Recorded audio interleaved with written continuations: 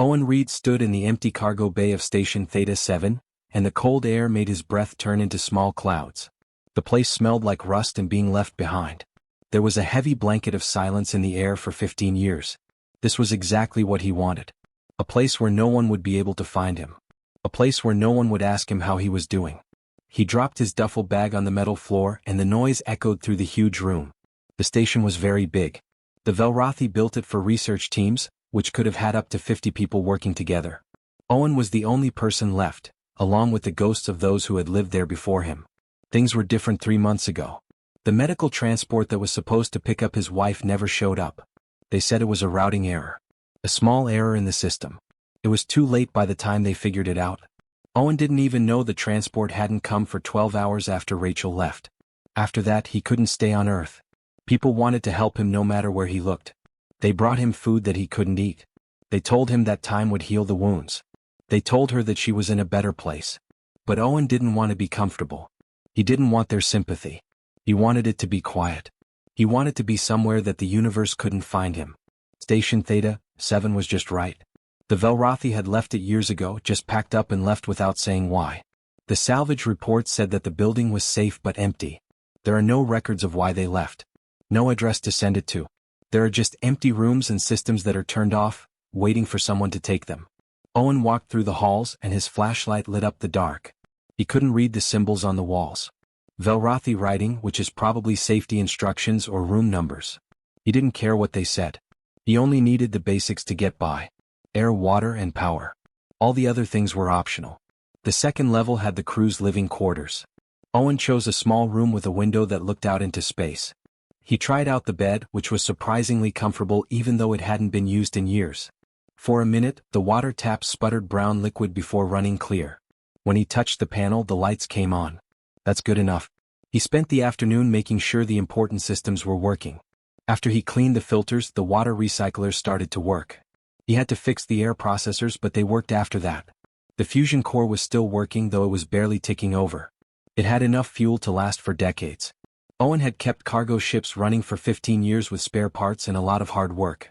This station was a lot nicer than some of the wrecks he had kept flying. He made the place livable by night. He heated up a meal pack and ate it while looking at the stars from the observation deck. The stars looked different out here too.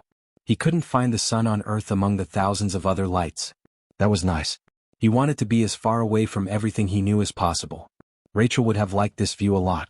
She always talked about how she wanted to see space, really see it without any light or air pollution getting in the way. They had talked about going on a trip together someday, maybe to one of the outer colonies or even to an alien world. Never came. Owen pushed the thought out of his mind and looked at the list of things to do for tomorrow. Look at the other parts of the station. Make the sleeping areas better. In case of an emergency, figure out the communications array. Stay busy. Stay on track. Don't worry about what happened before. The station systems automatically dimmed the lights based on some Velrothi schedule, so the night cycle started. Owen lay in bed, looking at the ceiling, waiting for sleep that never came. The quiet pushed against his ears. It was strange to be completely alone after living in the city for months, where there were always people and noise. After that, he heard it. Faint and far away, barely audible over the noise of the life support systems. Laughter. The sound of kids laughing came from somewhere deep inside the station. Owen sat up and his heart started to race. That couldn't be done. Before coming here, he had looked at the manifest 3 times. There was no one at the station. 2 different salvage companies have confirmed that it is empty. He was the only one here. The noise came back. There was definitely laughter, short and high-pitched like kids playing a game. It sounded like it came from below, from the lower levels he hadn't looked at yet. Owen's hands shook as he grabbed his flashlight. He was going crazy. Had to be. People acted strangely when they were sad. He had heard stories about people who started seeing and hearing things that weren't there. 3 months might not have been long enough. He might have broken something inside himself that couldn't be fixed. But he had to make sure. Needed to be sure. He left his room and went to the maintenance shaft that led down to the lower levels. His hands felt cold on the metal ladder. Every step down the ladder took him deeper into the station, into parts that hadn't seen light in years. The temperature dropped. He was breathing quickly, partly because he was working hard and partly because he was scared of what he might find. Or worse, being afraid of not finding anything at all. The hallways on the lower floors were a maze. Owen had looked at them briefly during his first sweep but hadn't looked closely. Mostly they were storage spaces where people could keep their tools and supplies. There is no reason for anyone to be down here. The laughter came back, and this time it was clearer. For sure real. Definitely coming from somewhere in front of us. As Owen moved his flashlight across the hallway, his hand shook. The beam caught something, a flash of movement that went around a corner. He couldn't breathe. Hey. His voice broke. Is anyone there? There was no answer. Then there was a sound like something scraping against metal, like someone trying to be very quiet but failing. Owen moved slowly ahead. His mind raced with ideas.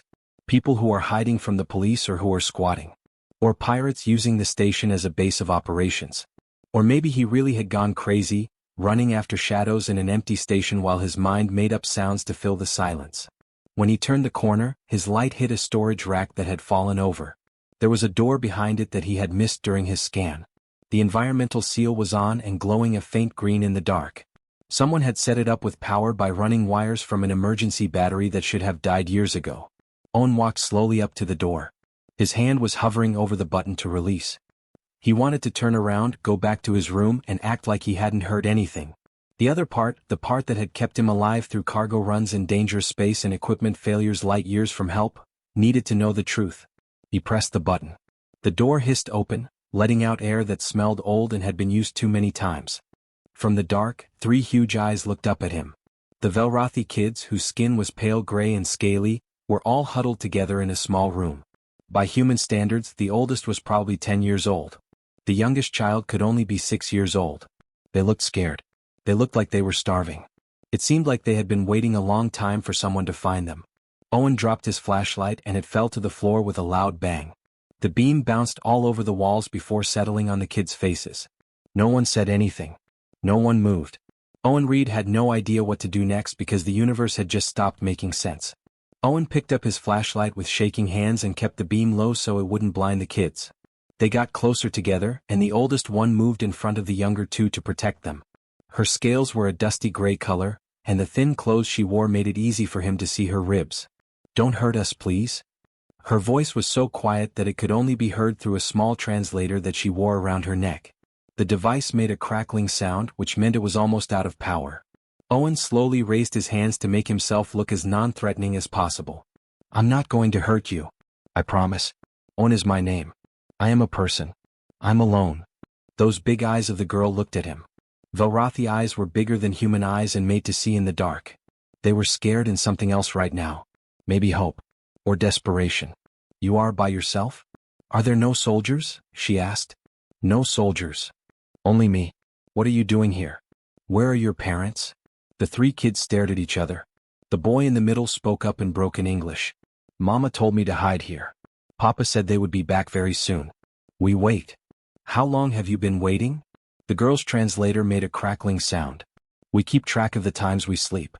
We count 3,000 nights of sleep." The counting machine broke after that. Owen felt like someone had hit him in the chest. 3,000 days. That was more than 8 years ago. For 8 years these kids had been living alone in this small room. He looked around the room and really saw it now. It was a temporary shelter that was about 12 feet wide.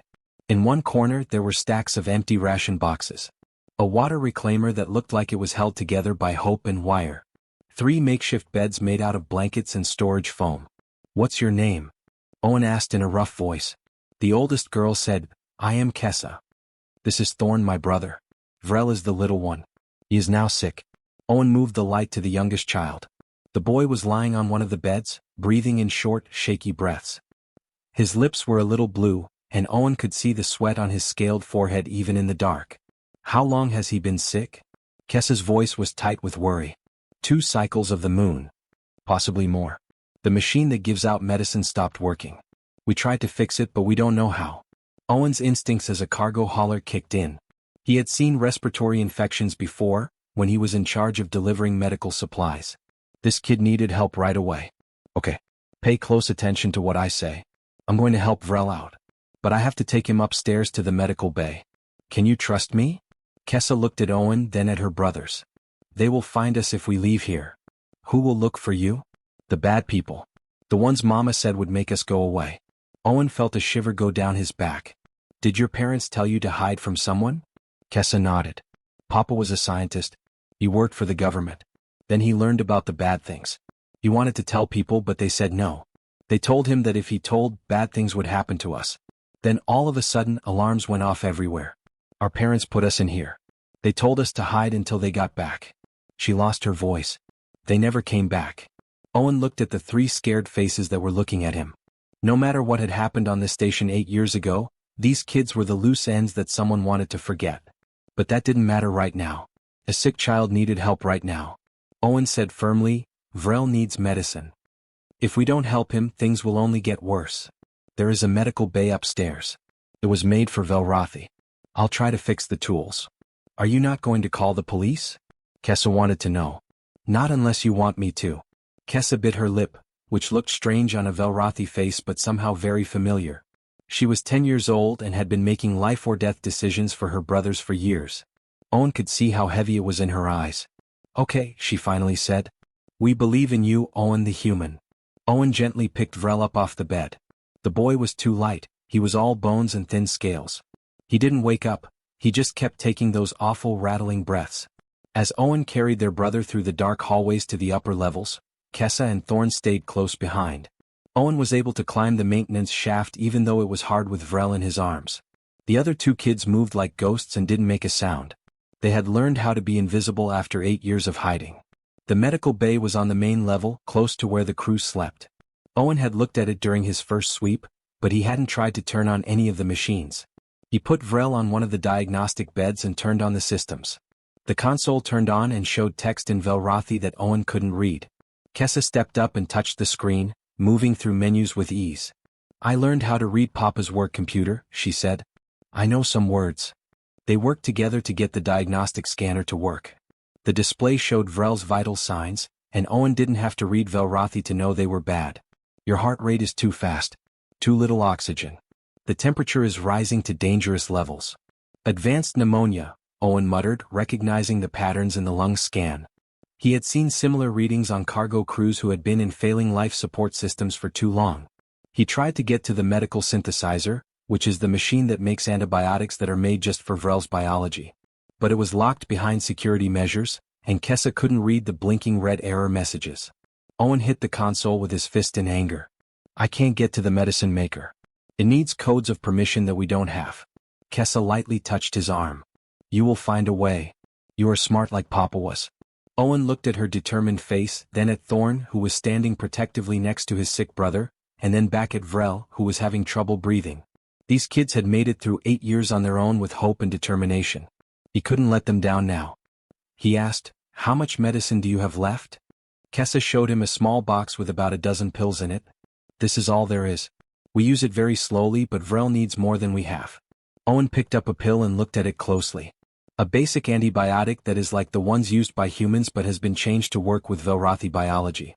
If the medical synthesizer could break the security system, he could make more. He could also try to jury-rig it like he used to do with cargo ships when they were running on empty and needed to get around fuel regulators. Owen said, I need to check out the station's main computer.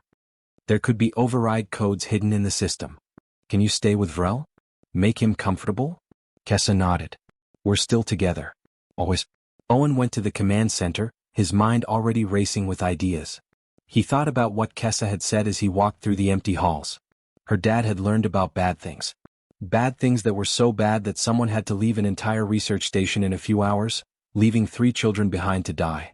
There were only emergency lights on in the command center. Owen turned on the main terminal and began searching the station's database. Most of it was damaged or erased on purpose, but some pieces were still there. Logs of research. Data from the experiment. Personnel files that ended suddenly 8 years ago. What he found made him feel sick to his stomach. The Velrothi government had been doing experiments here that were against the law. Changes to genes. Weaponizing diseases. Testing on people who don't want to. They had cleaned everything up and left in a hurry when the Galactic Council started asking questions. But they didn't get everyone out. A second vehicle was supposed to pick up the families of the researchers.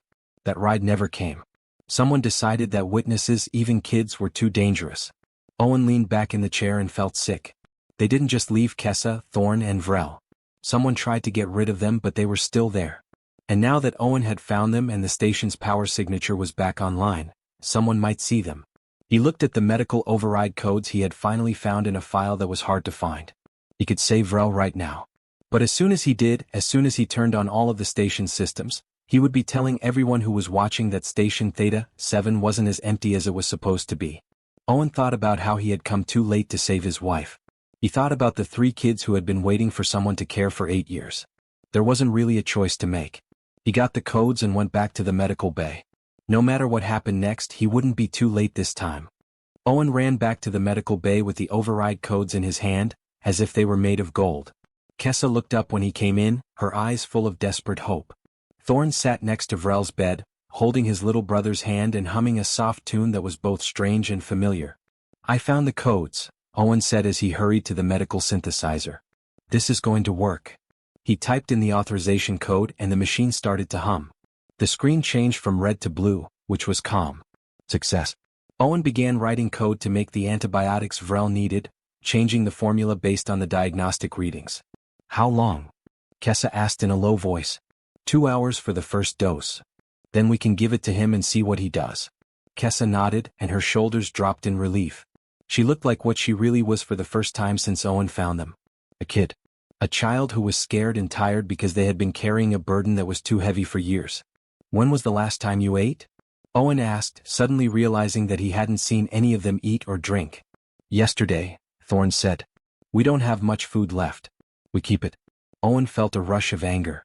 These kids had been rationing their emergency supplies for 8 years, making every meal last as long as it could, never knowing when or if anyone would find them. He said firmly, "Come with me. The medical synthesizer needs time to do its job. You 3 are going to have a real meal." He took them to the station's galley, which was a big room where research crews could eat. Most of the machines were turned off, but Owen had gotten the basic food processor to work earlier. He took out the good ration packs he had brought from Earth from his supplies. Protein bars that were real dried fruit and nutrient paste that tasted like something. At first, Kessa and Thorn ate slowly as if they were afraid the food would disappear. Then hunger took over and they ate like people who had been living on scraps. Owen also made them drink water from the purifier, not the recycled water they had been living on. "This is good," Thorn said, his mouth full of protein bar. "Better than the gray squares."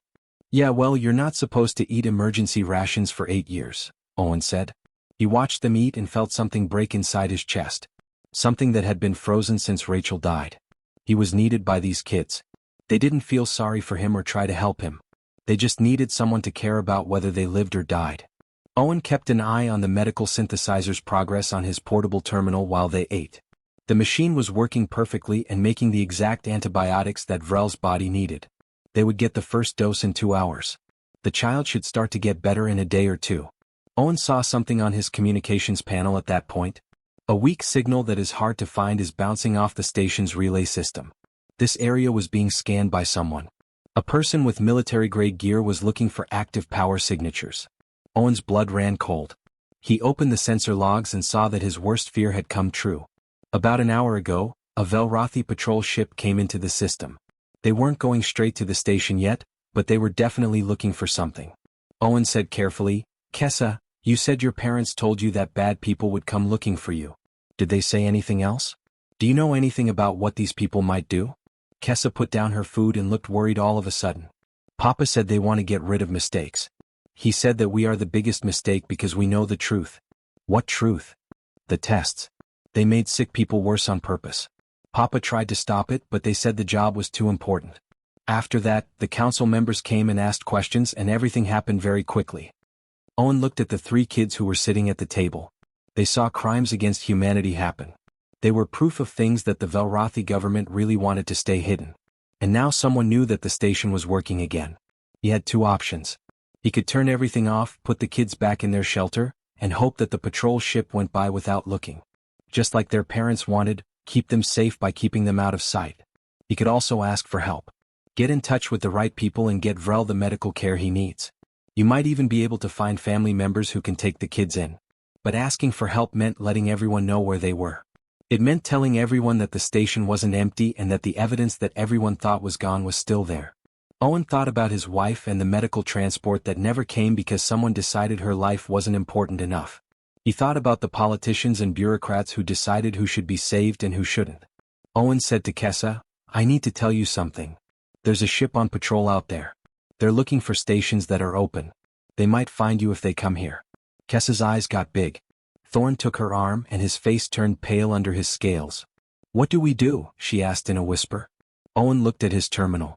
The medical synthesizer was still working to save Vrel's life, and the communications array could bring help or danger. "I don't know yet. But I promise you this. Nothing is going to happen to you. Not while I'm still alive." The medical synthesizer beeped to let everyone know that the first dose was ready. Owen went to get it and his mind was racing with ideas. If the patrol ship came, he could try to trick them. Tell them he was by himself and that he hadn't found anything. But they would look at the station. They would see signs of life. He gave Vrel the medicine and kept a close eye on the boy's breathing. It seemed to get a little better in a few minutes. The medicine was doing its job. But it would take time and they might not have that. "Owen," Kessa said in a soft voice. "Hide if the bad people come. Let them have us. We don't want you to be hurt because of us." Owen couldn't believe what he saw. "That's not going to happen. But we are not your family. You don't owe us anything. Kid, I've wanted to disappear from the universe for the past 3 months. I came here to quit. Then I met 3 people who had been refusing to give up for 8 years, even though they had every reason to." Owen's voice broke. "Do you want to know the truth? You saved me as much as I saved you. So no, I'm not hiding. We are all in this together." Thorn got up and walked over to Owen. He hugged Owen without saying a word, wrapping his thin arms around Owen's waist. It was strange and unexpected, and Owen felt tears welling up in his eyes for the first time in months. Kessa joined the hug and even little Vrel, who was half awake and sick, reached out a hand to them. Owen pulled all 3 kids close to him, feeling the weight of his duty settle on his shoulders. It was heavy but not as heavy as the weight of grief. This weight had a reason. "Okay," Owen said, pulling back and wiping his eyes.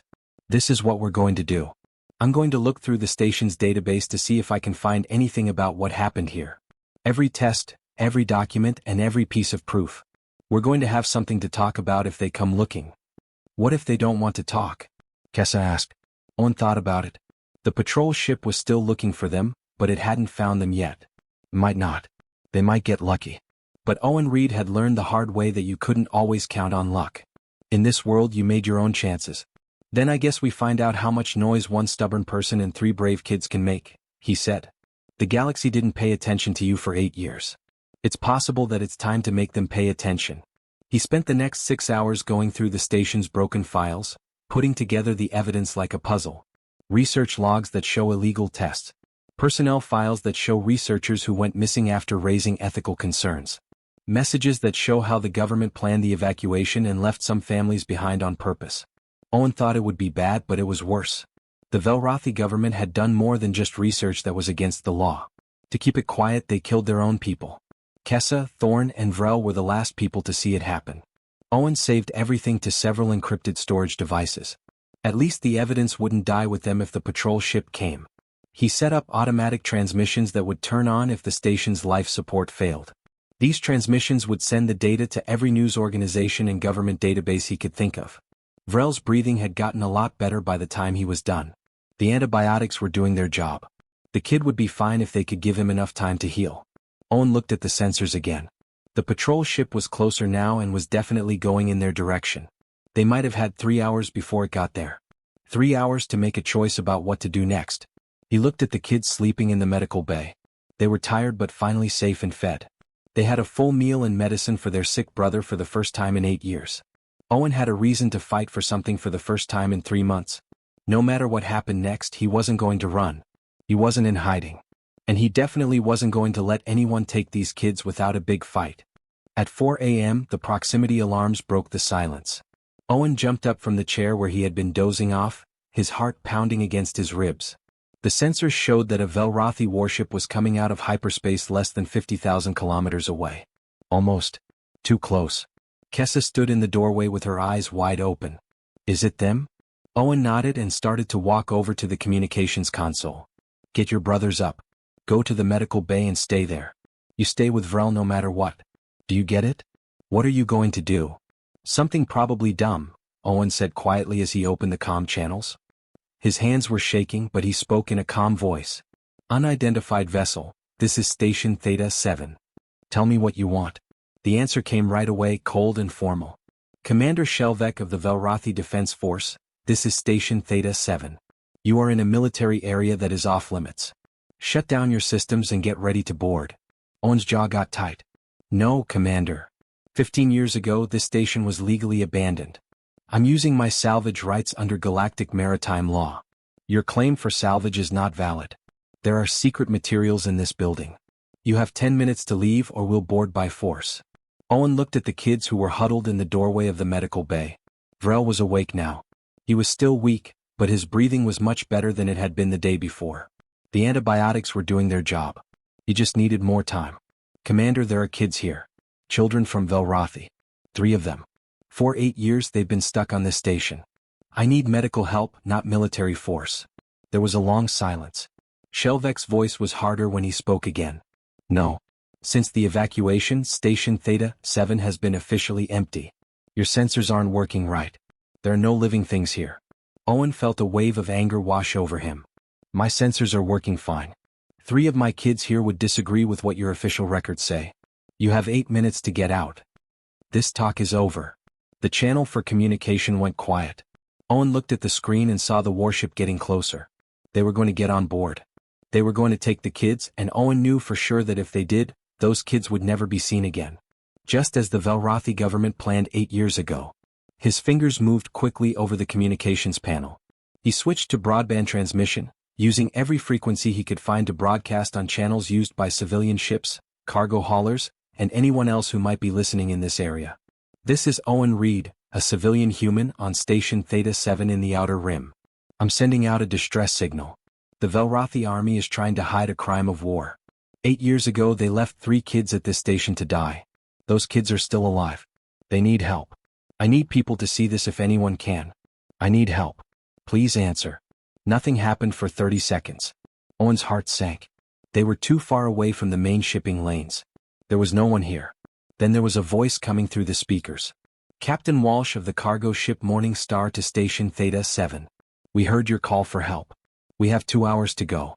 Sending your message to Fleet Command. A different voice spoke up. Reed, this is the Bright Hope passenger liner. We have changed our course. What's going on with you? More voices. A ship for mining.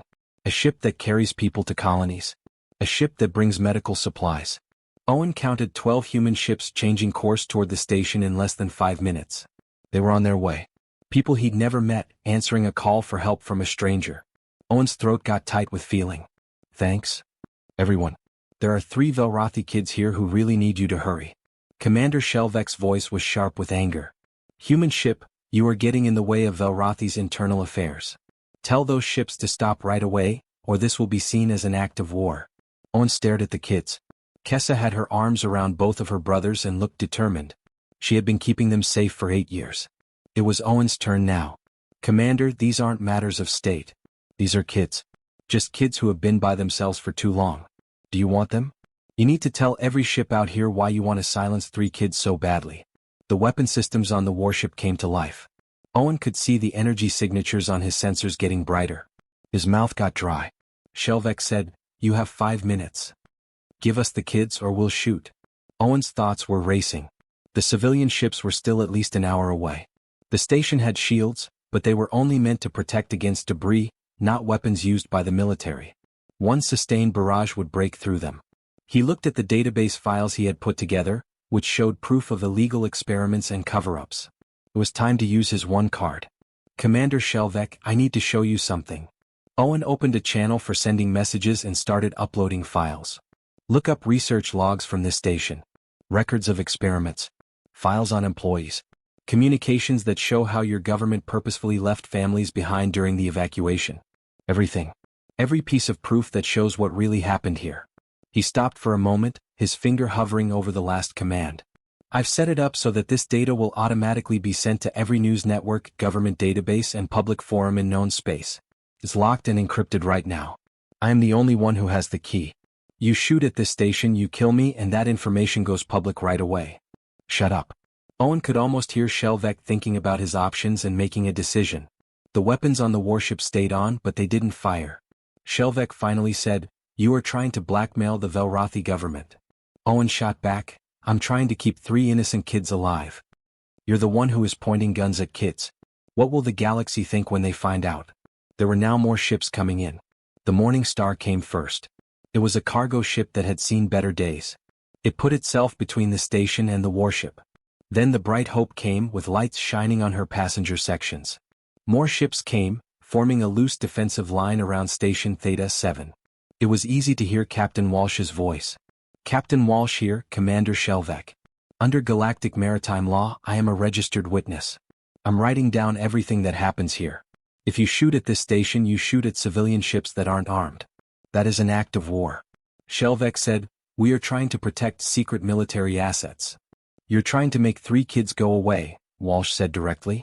I have a hold full of cargo, but I'll sit here as long as it takes to make sure that doesn't happen. Other captains agreed with what he said. Owen was amazed to see more ships arrive, dozens of them now, forming a wall of protection. Cargo ships, passenger ships, mining ships and supply ships. People from a dozen different worlds, both human and non-human, came together for one simple reason. You don't hurt kids. Not while they are watching. Owen felt Kessa's hand slip into his. She was now standing next to him looking at the screen. Did all these people come to help us? She asked quietly. Yes, kid. Yes, they did. But they don't know us. Owen held her hand tightly. They don't have to. That's what it means to be human. We take care of each other. And right now that means you. The standoff went on. The weapons on the warship stayed on, but Shelvek didn't tell them to fire. Owen could see the tactical display of the commander. Every few minutes more ships came in. What had started as a simple search and recovery turned into a public event with dozens of witnesses. Then Vrel started to cough again and it was loud and harsh. He couldn't handle the stress and excitement. He bent over and gasped for air and Thorn yelled in fear. How long can we last? Kessa asked in a low voice. Owen looked at the shield strength, the power reserves, and the warship that could break through their defenses whenever Shelvek thought it was worth the political cost. I don't know. Maybe for hours. Maybe minutes. I'm sorry, Kessa said. This is my fault. We should have stayed out of sight. Don't. Owen's voice was very sharp. Don't you dare say sorry for wanting to live. You 3 made it through 8 years with bravery and willpower. You don't need to say you're sorry for that. A new voice came over the comm system, speaking in formal Velrothi. Owen's translator had a hard time with the dialect, but he got bits and pieces. Codes for high-level authorization. Protocols for overriding the council. Orders to stand down right away. Shelvek's voice came back, sounding strained and lost. Verifying authentication. Waiting for new orders. Owen and Kessa looked at each other. Things had changed. Someone bigger than a general had just joined the conversation. An old Velrothi appeared on the screen. Her scales showed her age and her eyes were tired but sharp. I am Elder Mervan of the Council. Commander Shelvek, turn off your weapons and move back to a safe distance. Right away. Elder, the situation here calls for. I have to clean up a mess that should have been taken care of 8 years ago with honor instead of cowardice. Mervan's voice was cold with rage. Human vessel, I have looked over the proof you sent. Some of us thought these crimes were happening, but we didn't have any proof. You have shown us that proof. Owen found his voice. The kids. What happens to them? They will get the right medical care. They will be safe. And those who left them behind will be punished. Mervan stopped. I promise you as an elder of the council. Is that okay? Owen looked at Kessa, Thorn and Vrel. He didn't make the choice by himself. He asked them, what do you think? Kessa looked at the elder's face on the screen for a long time. After that she nodded slowly. I believe that some Velrothi still have honor.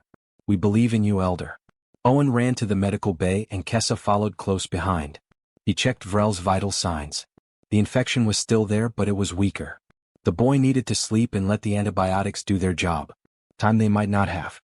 It seemed like 2 years went by in the next 2 hours. Owen watched the sensors as the Velrothi warship turned off its weapons and moved away to a safe distance. Commander Shelvek stayed quiet. He just did what he was told and blended in with the noise of space traffic. There were more ships. This time, there were real medical ships with the right Velrothi medical equipment and doctors who knew what they were doing. There was also a human diplomatic ship and people from the Galactic Council. What started out as Owen trying to hide from the world had turned into a full-blown international crisis. 3 Velrothi doctors and 2 human medics made up the first medical team to board. They ran right to Vrel and used tools that made the station's medical bay look like a toy to scan him. Dr. Shanri, the head doctor, was an older Velrothi woman who worked quickly and well.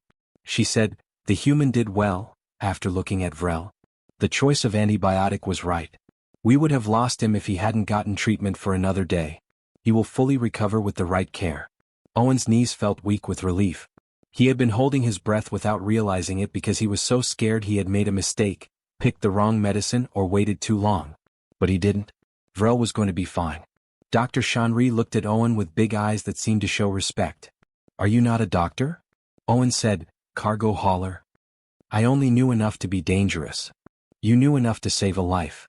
That is very dangerous. That is very impressive. The doctors took Vrel to their medical ship, which had better tools. Owen went with Kessa and Thorn because they wouldn't leave their brother's side. The medical ship was clean and bright, unlike the station they had been living on, which was dirty and dark. Vrel was put in a medical pod that was just right, with machines that hummed and beeped in a way that made him feel better. Dr. Shanri told Kessa, he is stable. The treatment is working well on the infection. He will sleep for a few hours while his body heals. You should also take a break. You all look so tired. But Kessa stayed.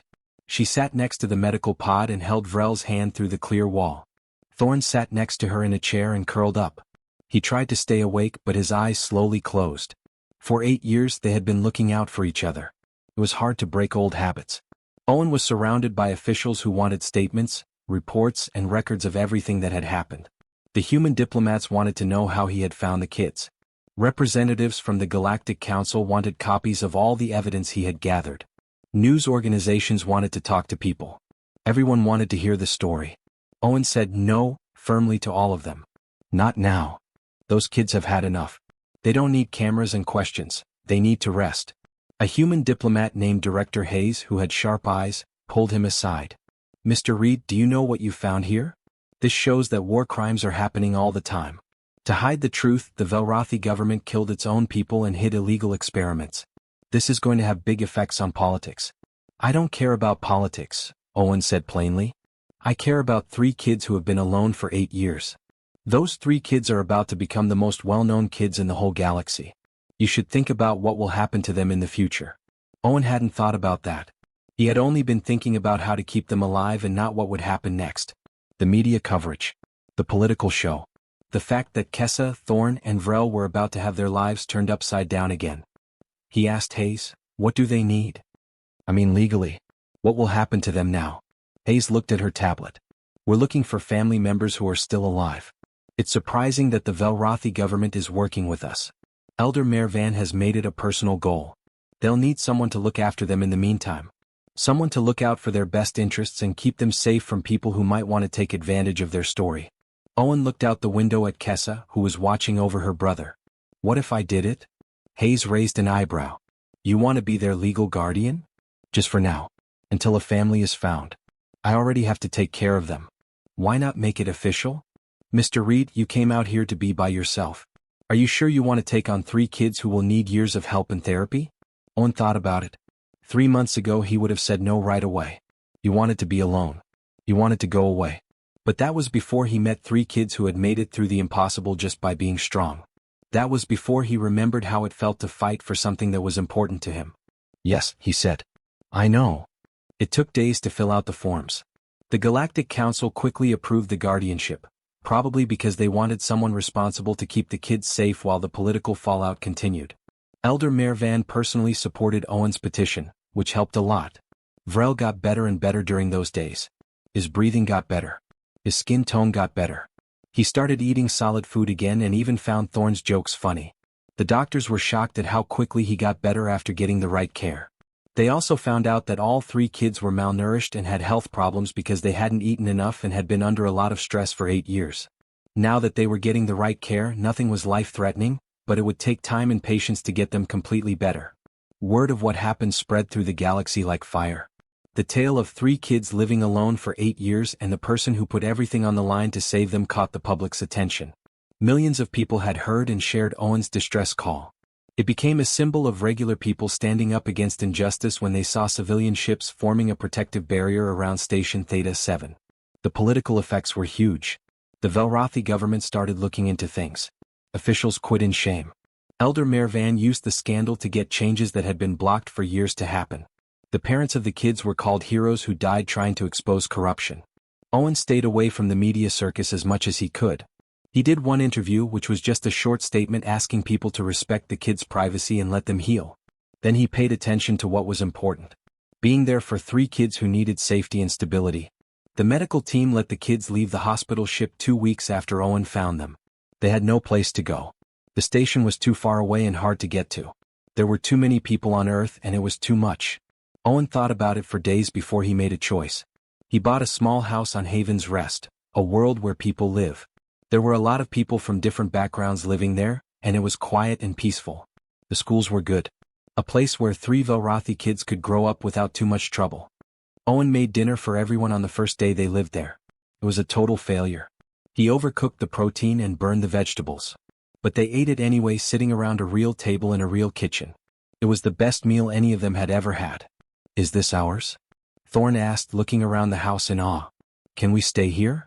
Owen promised, "As long as you want. This is home now." Kessa had been quiet all day, taking in everything that had changed. Now she was looking at Owen with those big eyes. "You didn't have to do this. You could have gone after the doctors got there. Why do you stay?" Owen thought about his wife, how empty he had felt for months, and how he had come to Station Theta-7 to end his life. "You 3 reminded me of something I'd forgotten. It's not about avoiding pain in life. It's about finding reasons to keep going even when it hurts. Now you're my reason." Owen sat on the porch that night and looked at the stars after the kids went to bed. A message came in on his portable terminal. Elder Mayor Van sent it. "Mr. Reed, I wanted to let you know that we have found extended family for the kids. An aunt and uncle who made it through the evacuation. They want to get back in touch with Kessa, Thorn and Vrel. But the kids have said they want to stay with you. You have our support no matter what they decide, but the choice is theirs." Owen's heart sank. He had a feeling this would happen. He knew that being a guardian might only be for a short time. It would be best for the kids to be with their biological family again. But Kessa's response was quick the next morning when he told them about their aunt and uncle. "Can they come here to see us? You don't want to live with them?" Owen asked in a careful way. Kessa said, "They are family. We want to get to know them. But you are also family now. You are the one who found us, who helped Vrel, who stood up to the warship. We want to stay with you if you let us." Thorn and Vrel nodded in agreement, and Owen felt tears welling up in his eyes for the second time since he had found them. "Yeah," he said, his voice rough. "Yeah, I'll take you." Owen was in the kitchen 6 months later, showing Kessa how to make scrambled eggs the right way. Thorn was at the table doing homework and talking about how much he hated his history teacher. Vrel was in great shape now and was playing in the backyard with kids from the neighborhood. The house was loud and messy. Owen had been looking for a peaceful place to be alone, but this wasn't it. It was tiring, hard, and sometimes too much to handle. It was also full of laughter, life, and a sense of purpose. Owen's phone rang with another message. Most likely more requests for interviews. He didn't pay attention to them. He had more important things to do, like stopping Kessa from burning the eggs. After dinner, homework, and bedtime stories that night, Owen took out the picture of Rachel that he always carried with him. He stared at it for a long time before putting it on the mantel next to a new picture. The new picture showed 4 people standing in front of their new house. One of them was a person and the other 3 were Velrothi. They smiled. Owen said to Rachel's picture, "I think you'd like them. They're nice kids. They've been through a lot of bad things, but they're strong. Maybe stronger than me. These people are teaching me how to live again." He looked out the window at the stars, the same stars he had been looking at 6 months ago from an empty station when he felt empty. He was no longer empty. He was tired, busy, and often didn't understand Velrothi customs and dietary needs. But he wasn't empty. Owen had come to Station Theta-7 to find peace by being alone. Instead, he had found 3 kids who needed someone to stand up for them. They saved him by saving them. It wasn't the life he had in mind. It wasn't the life he thought it would be. But it was a good life. That was more than enough.